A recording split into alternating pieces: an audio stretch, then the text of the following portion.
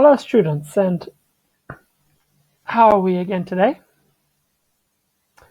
I know you probably find yourself very busy with all the work that you have, but I want to just go through these lesson notes that you will be assessed on later on, and that they are important notes in this video, and you will find the attached PowerPoint at the end of the video. Okay, so let's begin. Okay, in this lesson, we'll be looking at three important objectives. One, I can identify important details in a play. 2, I can identify the theme of a play. And number 3, I can use the details I've identified to summarize a play to increase my understanding of the play. Okay, let's begin. First of all, drama. We are reading a drama. But what is a drama? Maybe some of you can answer that question. If I was to ask you now what a drama is, you'd all be able to tell me.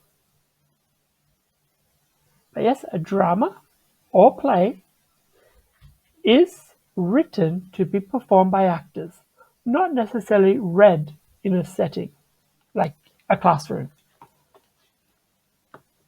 Okay, so there are some characteristics that every play / drama must have, and that is a cast of characters. And you usually find the cast of characters written as a list at the very beginning of the script. And if we look at page 266, we see that. On page 266, we have our cast of characters. We have Liz, a 12-year-old girl, Emma, Liz's cousin, Mr. Snow, and a yard sale customer. So this very short drama, there are 4 characters. Okay, and a play is then divided into different sections. And there are 2 sections. We have an act and a scene. Okay, the acts tend to be the longer sections, and then each act may then be divided up into smaller scenes. So if we think of a book, an act would be more like the chapter of the book, and scenes are the smaller sections.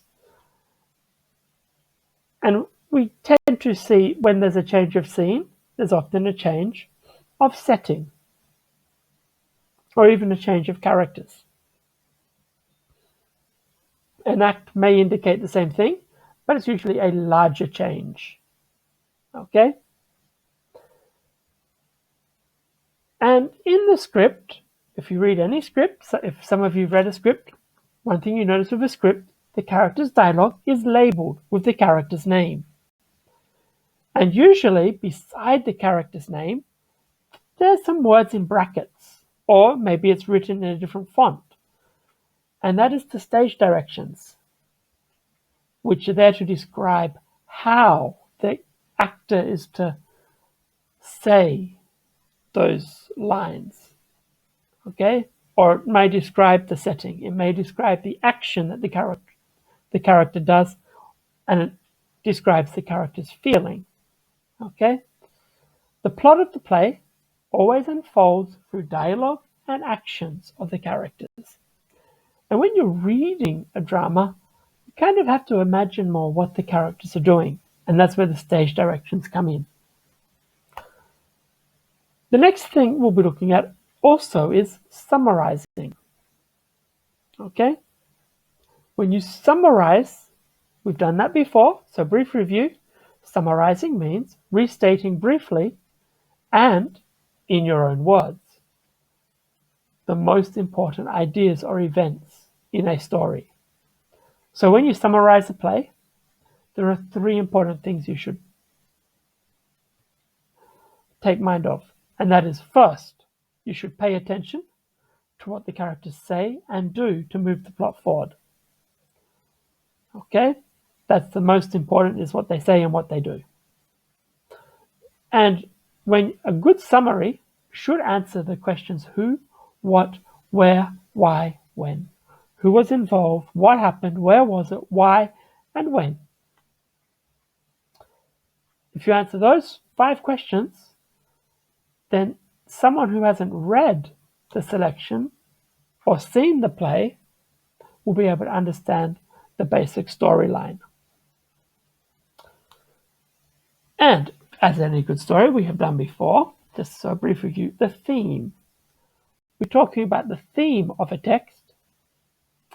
That is a statement or insight about life that the author wants the readers to understand, or in the terms of a play, what the actors and what the director wants the audience to get out of it. What is the message they're trying to get across?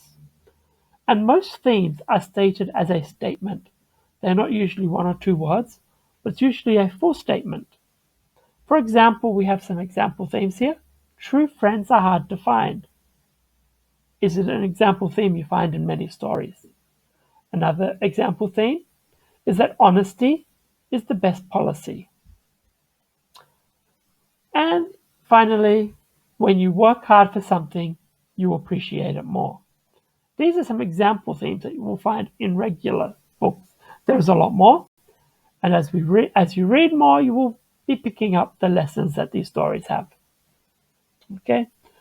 And one thing with themes, doesn't matter what you're reading, themes are very rarely stated directly. So the reader or the audience must identify clues that will suggest a larger meaning about life.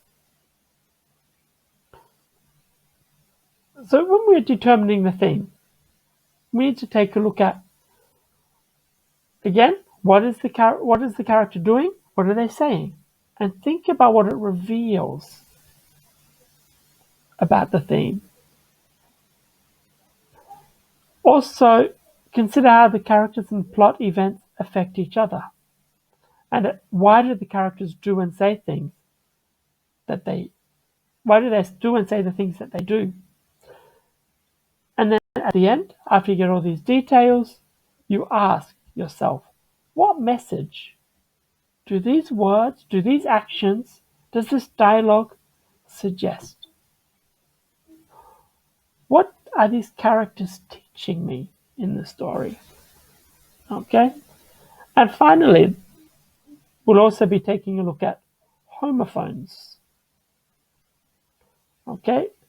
As we read, we'll try and identify a list of homophones in the text. And you'll be given some work later on homophones. And for those of you who are unaware, homophones are the words in English that they sound alike, but when they are spoken, but they have very different spellings and different meanings. Okay, so if we have the words pair and pair, P-A-I-R, P-E-A-R, there's 2 words, you say them exactly the same. Okay, but if we have the sentence, be on the lookout for a pair of pearl earrings. Is it A-I-R or E-A-R? When we think of earrings, there are 2 of them. So we look in the context, and if you know here, P-E-A-R tends to be the fruit. So we're not talking about a fruit here, but a pair of something, there are 2 of them. So the P-A-I-R makes more sense than P-E-A-R. Okay? Okay, before we get on to the work on the next slides, and that I'm going to get you to work on together, we'll work on as groups, we'll work on as a class, but take a look at page 267. And we're going to practice some summarizing. Okay? Before we do,